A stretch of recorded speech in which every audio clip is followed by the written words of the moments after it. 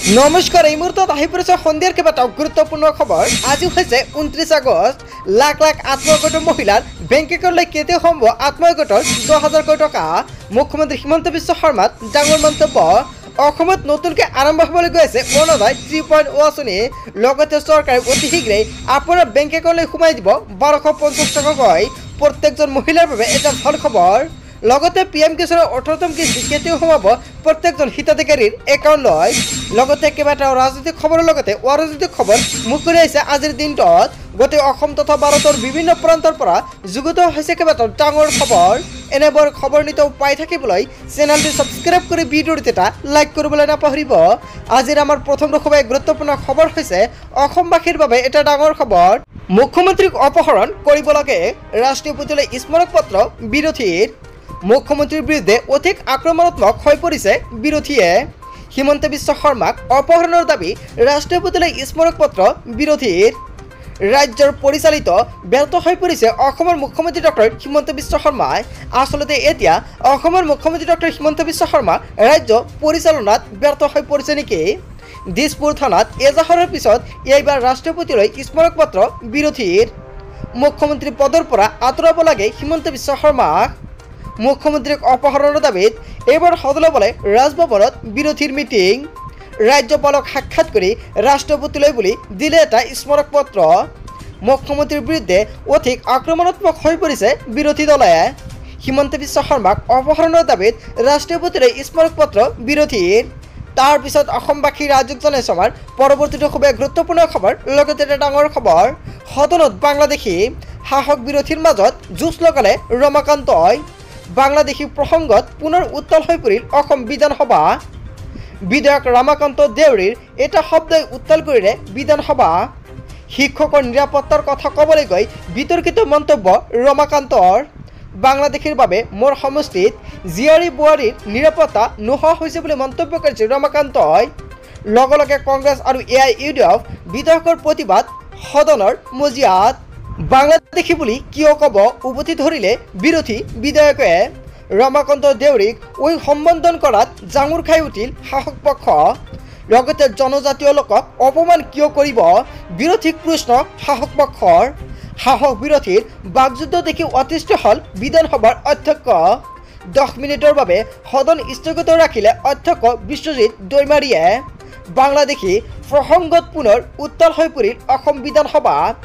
বিধায়ক ৰমাকান্ত দেউৰীৰ এটা শব্দতে উত্তাল কৰিলে বিধানসভা। তাৰ পিছত অসমবাসী ৰাজক জনাইছে আমাৰ আন এটা খুবেই গুৰুত্বপূৰ্ণ খবৰ। লগতে এটা ডাঙৰ খবৰ, এটা লাইটত 400 টকাৰ বিল। মুখ্যমন্ত্ৰী মহোদয়, আমি জীয়াই থাকিমনে?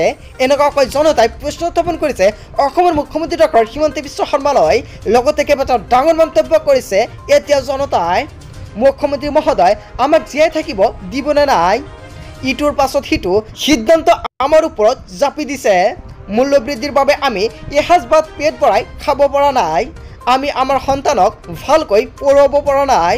এটা মাত্ৰ লাইটত 300ৰ পৰা 400 টকা বিল আহে। মন্ত্ৰী বিধায়কসকলে ঘৰত স্মাৰ্ট মিটাৰ লগাই লওক। অসমৰ ৰাইজে APDCLৰ স্মাৰ্ট মিটাৰ নিবিচাৰে। মুখ্যমন্ত্ৰী মহোদয়, আপোনাক অসমৰ ইতিহাসে মনত ৰাখিব। অসমৰ ৰাইজক কষ্ট দিয়াৰ ফল এদিন আপুনি লাভ কৰিব। লগতে মূল সমস্যাৰ পৰা আঁতৰি মুখ্যমন্ত্ৰীয়ে হিন্দু মুছলমানৰ ৰাজনীতি কৰে। স্মাৰ্ট মিটাৰৰ মাথমৰক লৈ মুখ্যমন্ত্ৰীৰ কেইবাটাও প্ৰশ্ন প্ৰতিবাদকাৰীৰ। দেৰগাঁৱত স্মাৰ্ট মিটাৰৰ বিৰুদ্ধে উত্তাল হৈ পৰিলে প্ৰতিবাদী জনতাই। হয় বন্ধু-বান্ধৱীসকল, অসমৰ মুখ্যমন্ত্ৰী ডক্টৰ হিমন্ত বিশ্ব শৰ্মালৈ জনতাই যিকেইটা প্ৰশ্ন উত্থাপন কৰিছে ইয়াৰ বিষয়ত আপুনি কি ক'ব? যদি আপোনাৰ কিবা মন্তব্য কৰিব লগা থাকে আপোনালোকৰ মন্তব্যটো নিশ্চয় কমেণ্ট কৰি জনাব। তাৰপিছত অসমবাসী ৰাজ্যত জনাইছোঁ আমাৰ পৰৱৰ্তীটো খুবেই গুৰুত্বপূৰ্ণ খবৰ। লগতে ডাঙৰ খবৰ, 2026ত বিজেপিলৈ বিপদ। গৌৰৱ গগৈয়ে শলঠেকত পেলাইছে হিমন্ত বিশ্ব শৰ্মাক। গৌৰৱ গগৈৰ জয়, শলঠেকত পেলাইছে হিমন্ত বিশ্ব শৰ্মাক। হতাগ্ৰস্ততাত ভুগিছে মুখ্যমন্ত্ৰী ডক্টৰ হিমন্ত বিশ্ব শৰ্মাই। আভ্যন্তৰীণ বিদ্ৰোহে 2026ত বিজেপিলৈ মাতিব বিপদত। সেয়া সাম্প্ৰদায়িক ৰাজনীতি কৰাত নামিছে মুখ্যমন্ত্ৰীগৰাকীয়ে। ৰাজনৈতিক নেতাৰ গাদী দখলৰ কুচক্ৰান্ত ব্যৰ্থ কৰিব ৰাইজে। হিন্দু মুছলমান সদায় বাই বাই হৈ থাকিব। ধৈৰ্যশীল হওক অসমৰ সংখ্যালঘুসকলক।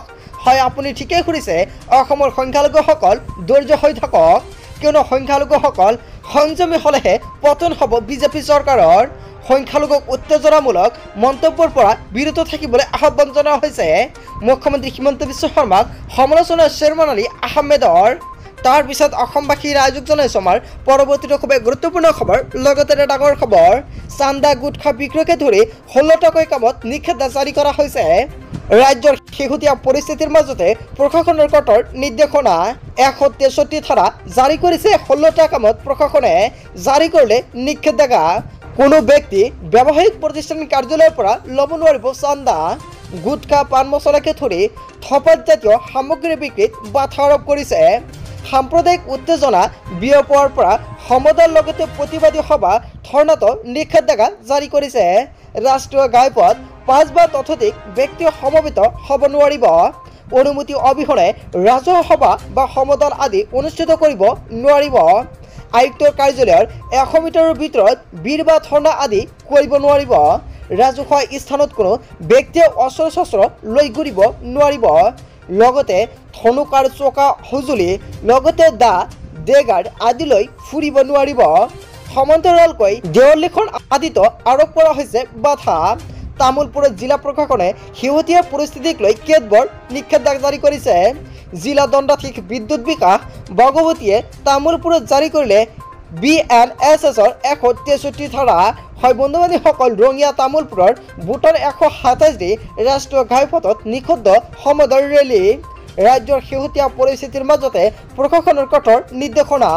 তাৰ পিছত অসমবাসী ৰাইজক জনাইছো আমাৰ পৰৱৰ্তীটো খুবেই গুৰুত্বপূৰ্ণ খবৰ। লগতে এটা ডাঙৰ খবৰ, সাজু হৈ পৰিছে প্ৰশাসন, পুনৰ চলিব বুলডোজাৰ। এইবাৰ বেদখলকাৰী ৰেহাই নাই। চৰকাৰে মাইক যোগে এটা ডাঙৰ সিদ্ধান্ত গ্ৰহণ কৰিছে। মিয়া খিলঞ্জীয়া বিতৰ্কৰ মাজতেই উচ্ছেদৰ জাননী জাৰি কৰা হৈছে। মাইক যোগে প্ৰশাসনে জাৰি কৰিলে উচ্ছেদৰ ঘোষণা। চৰকাৰী মাটি দখল কৰা লোকক ৰেহাই নিদিব প্ৰশাসনে। দয়া নাই ক্ষমা নাই নীতিৰে চলিব বুলডোজাৰ। চৰকাৰী মাটিত অবৈধভাৱে গড় সজা খেতি কৰা লোক লৈ শেষ সকিয়নি। শীঘ্ৰেই গড় খালী কৰাৰ নিৰ্দেশনা দিলে প্ৰশাসনে। সোণাপুৰ ৰাজচক্ৰৰ অন্তৰ্গত কেইবাটাও প্ৰান্তত চলিব উচ্ছেদ অভিযান। মিয়া খিলঞ্জীয়া বিতৰ্কৰ মাজতে উচ্ছেদৰ জাননী জাৰি কৰা হৈছে। তাৰ পিছত অসমবাসী ৰাইজক জনাইছো আমাৰ পৰৱৰ্তীটো খুবেই গুৰুত্বপূৰ্ণ খবৰ। লগতে এটা ডাঙৰ খবৰ, যিকোনো মুহূৰ্তত ভাঙিব হিমন্ত বিশ্ব শৰ্মাৰ চৰকাৰ। যিকোনো মুহূৰ্ততে ভাঙিব পাৰে অসমৰ মুখ্যমন্ত্ৰী ডক্টৰ হিমন্ত বিশ্ব শৰ্মাৰ চৰকাৰ। হিমন্ত বিশ্ব শৰ্মাৰ চৰকাৰখন অস্থিৰ হৈ পৰিছে। ক্ষমতাত থাকিলে গম পোৱা যায় চৰকাৰ কিমান দিন চলিব। মুখ্যমন্ত্ৰীয়ে গম পাইছে যে তেওঁৰ চৰকাৰ বেছি দিন নিটিকে। বিজেপিৰ লোকে মুখ্যমন্ত্ৰী হিমন্ত বিশ্ব শৰ্মাৰ পদত্যাগ বিচাৰিব পাৰে। বিজেপিৰ ভিতৰতে অপ্ৰিয় হৈছে মুখ্যমন্ত্ৰী। অপ্ৰিয় হোৱাৰ বাবে অসংলগ্ন কথা কৈছে মুখ্যমন্ত্ৰীয়ে। হিমন্ত বিশ্ব শৰ্মাৰ চৰকাৰ ভাঙিব বুলি দাবী কৰিলে ৰকিবুল হুছেইনে। বিজেপিৰ ভিতৰতে গৃহকন্দলে দেখা দিছে বুলি দাবী কৰিলে ৰকিবুল হুছেইনে। কিয়নো যিকোনো মুহূৰ্ততে ভাঙিব পাৰে হিমন্ত বিশ্ব শৰ্মাৰ চৰকাৰ। হয় বন্ধু-বান্ধৱীসকল, গোটেই অসম তথা ভাৰতৰ বিভিন্ন প্ৰান্তৰ পৰা যুগুত হৈছে কেইবাটাও ডাঙৰ খবৰ। এনেবোৰ খবৰ নিতৌ পাই থাকিবলৈ চেনেলটি ছাবস্ক্ৰাইব কৰি ভিডিঅ'টো এটা লাইক কৰিবলৈ নাপাহৰিব। চ' থেংক ইউ ফৰ ৱাচিং ফুল ভিডিঅ'।